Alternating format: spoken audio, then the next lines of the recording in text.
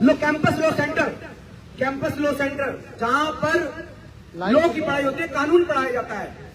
उस कानून के इस संस्थान के अंदर घुसकर जय श्री राम के नारे लग रहे हैं सर। अब बताइए, अंबेडकर इस पूरे सेक्युलर भारत के लिए उतना ही जरूरी है जितना ही आपकी पुलिस जरूरी है, जितने आगे प्रोफेसर जरूरी है। लेकिन सिर्फ एक धर्म का प्रचार होना, सिर्फ एक धार्मिक चीजों को और ज्यादा बढ़ावा देना, ये संस्थानों के अंदर कतई बर्दाश्त नहीं होगा। क्योंकि संस्थान, जो कोई भी पढ़ाई लिखाई का संस्थान हो, सेक्युलर है, वो हर तरीके की विचारधारा के लिए एक्सेप्टेबल है। वहां ये कोई मंदिर नहीं है, ये यूनिवर्सिटी है। इस यूनिवर्सिटी में हर आइडियाज को और सारे धार्मिक आइडियाज को रिजेक्ट किया जाएगा, क्योंकि वो तुम्हारे घर का मामला है। लेकिन अंबेडकर इस यूनिवर्सिटी का मामला है। आप अंबेडकर की तस्वीर फटवाते हो वाइस चांसलर के कहने पर, आप अंबेडकर को बार बार यहाँ से रिजेक्ट करते हो। लेकिन हम लोग अंबेडकरवादी हैं, हम लोग अंबेडकर के मिशन पर चलने वाले लोग हैं, हम लोग इन संस्थानों को बचाने वाले लोग हैं, हम लोग आप जैसे पुलिस वालों को बचाने वाले लोग हैं। जब आपकी चालू है वर्दी खतरे में आएगी ना सर, अभी वही हुआ था गोल्ड टाउन थाने में, जब एक साथी थे पुलिस में थे, जब उनको यही पुलिस मार रही तब हम उनके लिए खड़े हुए थे। ये भगवाधारी लोग किसी के नहीं होंगे, ये इस देश को तोड़ने पर लगे हुए, इस देश को बांटने पर लगे हुए। ये लोग आपस में हम तुमको बांट देंगे, ये लोग आपस में आपके अपने कलीग को बांट देंगे। ये ऐसे लोग हैं साथियों। हम डरे नहीं है, ना ही इन सबसे डरने वाले। आप कितना ही आप 1000 झंडे लगा लो, हमारा एक नीला झंडा बहुत उन पे भारी पड़ेगा,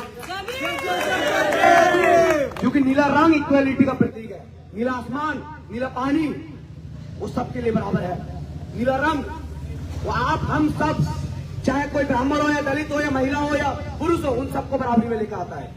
उस बराबरी के लिए लड़ रहे हैं हम। उस बराबरी को इस कैंपस में स्थापित करेंगे। डॉक्टर रितु की लड़ाई को आगे बढ़ाएंगे, डॉक्टर रितु के संघर्ष को सलाम करेंगे और उनके पीछे पीछे उनके साथ कंधे से कंधा मिलाकर चलने काम करेंगे। जय भीम साथियों। बहुत शुक्रिया। आज जैसे साथी आशुतोष ने बताया 147 डे अनडिफीटेड हमारे इस धरने को पूरे हुए हैं। हमने अभी हाल ही में 19 तारीख को एक ट्रेलर दिखाया था इनको, अपनी संख्या बल से पीसफुल डेमोन्स्ट्रेशन देके इनको अपनी संख्या बल से दिखाया था कि ये यूनिवर्सिटी, ये विश्वविद्यालय सबके है, आपके आकाओं के, आपके बाप दादा की बबोती नहीं है। और वही चीज हमने हर बार की पिछले पहले भी 2 एक्शन प्रोग्राम में। अभी भी जो साथी देख रहे हैं, आप याद रखना ये चीज सोशल मीडिया के माध्यम से कि हम संविधानवादी हैं, संविधान को मानते हैं और जो भी कानून कहता है उसकी पालना करते हुए वो काम करते हैं। जो कानून की उल्लंघना करता है वो आपको कोर्ट के अंदर भी दिखेगा, जमीन पे भी दिखेगा, और उसको हम नहीं छोड़ेंगे जो भी कानून की उल्लंघना करता है। ये धरना हमारा हर उस एक इंसान को रिमाइंडर है कि तुम क्या कर रहे हो और हम क्या कर रहे हैं, किस तरीके से तुम अराजकता फैला रहे हो, किस तरीके से संविधान को तुम तोड़ रहे हो, संविधान के खिलाफ तुम जा रहे हो, कानून की पालना तुम नहीं कर रहे। और हर बार ये स्ट्रॉन्ग रिमाइंडर हम दिल्ली यूनिवर्सिटी के शिक्षक और छात्र देते जाएंगे जब तक ये यूनिवर्सिटी एक सेकुलर प्लेस सबके लिए ना बन जाए। क्योंकि यूनिवर्सिटी में हर किस्म, हर धर्म के बच्चे आएंगे। आशुतोष ने एक बड़ी खूबसूरत बात कही, बाबा साहेब भी इस चीज को मानते थे, नीला रंग, स्काई बहुत वास्ट है। वास्टनेस एक प्रतीक होता है कि उसके अंदर सब समा जाते हैं, कोई रंग भेद जाति धर्म के लोग सबका सम्मान होता है। इसीलिए नीला रंग समानता का प्रतीक है। इसलिए हम कहते हैं विश्वविद्यालय में अगर क्रांति होगी तो अब नीली क्रांति होगी, जो हर दबे कुचले पिछड़े की, हर एक गरीब मजलूम की, उंगली आ रही है माइक के कैमरे के, हर एक गरीब मजलूम की बात करेगा। और हमारी लड़ाई उस एक विचारधारा से है जो मनुवाद की तरफ आपको लेकर जा रही है, जो यूनिवर्सिटी में धर्मों का प्रचार कर रही है, जो यूनिवर्सिटी में ये दिखा रही है कि सिर्फ एक धर्म का राज रहेगा। यूनिवर्सिटी हम जैसे जो गरीब शोषित समाज से बच्चे आते हैं उनके लिए दरवाजों पर ताला लगाया जा रहा है। लेकिन साथियों, जो भी हमें ऑनलाइन मीडियम के माध्यम से देखता है या जमीन से देखता है, बस आपको कुछ नहीं करना, आपको उन पर विश्वास रखना है। अगर आप उन पर विश्वास रखोगे, हमें हमारी हौसला हिम्मत दुगनी होती है। ना हम इनकी जेल से डरते हैं, ना लाठी से डरते हैं, ना इनके फर्जी पर्चों से डरते हैं, क्योंकि अगर ये फर्जी पर्चे हम पे करेंगे तो कोर्ट में इनको भी जवाब देंगे। हम हर तरीके से मजबूती से जमीन पर लड़ाई लड़ रहे हैं। हम इनके आने वाली पीढ़ियां, पैन करके दिखाना पीछे जो फौज खड़ी है, इनके आने वाली पीढ़ियों की भी रक्षा हम कर रहे हैं, क्योंकि हमें हमारा संविधान ये बात कहता है कि इनके अगर साथ कोई तकलीफ होती है, अगर इनके साथ कोई प्रॉब्लम होती है उसकी, क्योंकि अगर ये अपने लिए खुद आवाज नहीं उठा पाते, ये अगर गलत रास्ते जा रहे हैं, तो अगर इनके आला कमान इनके साथ गलत कर रहे हैं, हम इनके लिए भी खड़े रहेंगे और हमेशा इनके लिए भी लटकाने के लिए तैयार रहेंगे, क्योंकि ये हमारा संविधान कहता है। और मैं अंत में आप सबको यही कहूंगी कि 147 डे है, टाइम इंफॉर्मेशन आपको मिलती रहेगी। ये धरना तभी उठेगा क्योंकि हमने नीला रंग सर पे बांधा है। मैं बता रही हूँ, ये धरना तभी उठेगा जब जीत हासिल होगी। 1 इंच भी हटेंगे नहीं। अभी भी सुन लेंगे वाइस चांसलर जो मीटिंग करके आए थे, उनका रिस्पॉन्स अभी भी पेंडिंग है।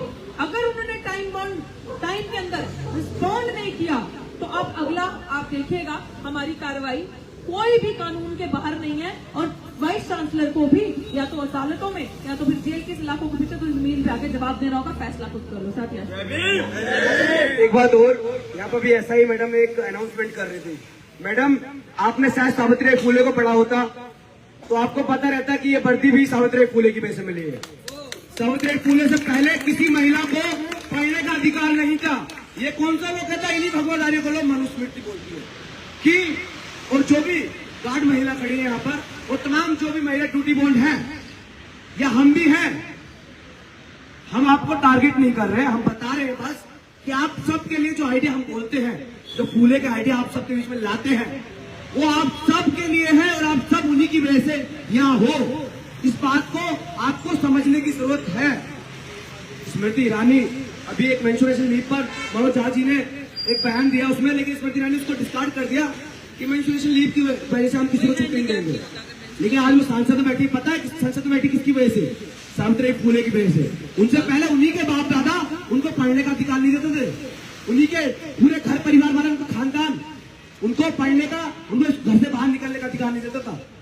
लेकिन हम लोगों ने वो सारी चीजें तोड़ी जो समाज में एक बेड़े का काम करती है, जो समाज में उन तमाम लोगों को बांधने का काम करती है, जो समाज में उन तमाम महिलाओं के खिलाफ आवाज देती है। उनकी बेड़ी तोड़कर आज हम सड़कों पे आए, आज हम संसद में गए, आज हम विश्वविद्यालय में पढ़ा रहे, आज हम पढ़ाने के बाद निकाल देने के खिलाफ भी यहाँ खड़े हैं साथियों। और ये लड़ाई उन सबके बेचारों को बचाने की है। ये लड़ाई यहाँ पर भगोकड़ी जो हो रहा है उसके खिलाफ है और हम लोग उसको रोक कर रहेंगे। जय भीम, धन्यवाद। जैसा कि मेरे भाई आशुतोष ने बताया कि दिल्ली विश्वविद्यालय में अंदर भगवाकरण हो रहा है, तो मैं बता देना चाहता हूं इस बात के लिए कि ये मेरे पुलिस वाले साथी या जो फौज के साथी है सुन लें कि 2008 में मालेगांव बम ब्लास्ट की आरोपी पंडित प्रज्ञा ठाकुर का एटीएस चीफ एसएचओ साहब सुनने अच्छी तरह से, एटीएस चीफ हेमंत करकरे ने जब रिमांड लिया तो पूछा कि आपने मालेगांव बम ब्लास्ट क्यों कराया, तो एसएचओ साहब उसने कहा कि मैं भारत का नाम बदलना चाहते हैं। बोला क्या करना चाहते हो? पर अभिनव भारत की आड़ में आर्यवर्त रखना चाहते हैं। दूसरा इस भारत का झंडा चेंज करना चाहते हैं, भगवा झंडा लाना चाहते हैं। तो भाई आशुतोष इनकी नई बात नहीं है। तीसरा भारत का संविधान बदलना चाहते हैं। क्या लाना चाहते हो? मनुस्मृति लाना चाहते हैं। चौथा भारत में एक ऐसी जाति है जिससे बदला लेना चाहते हैं। बोला कौन सी?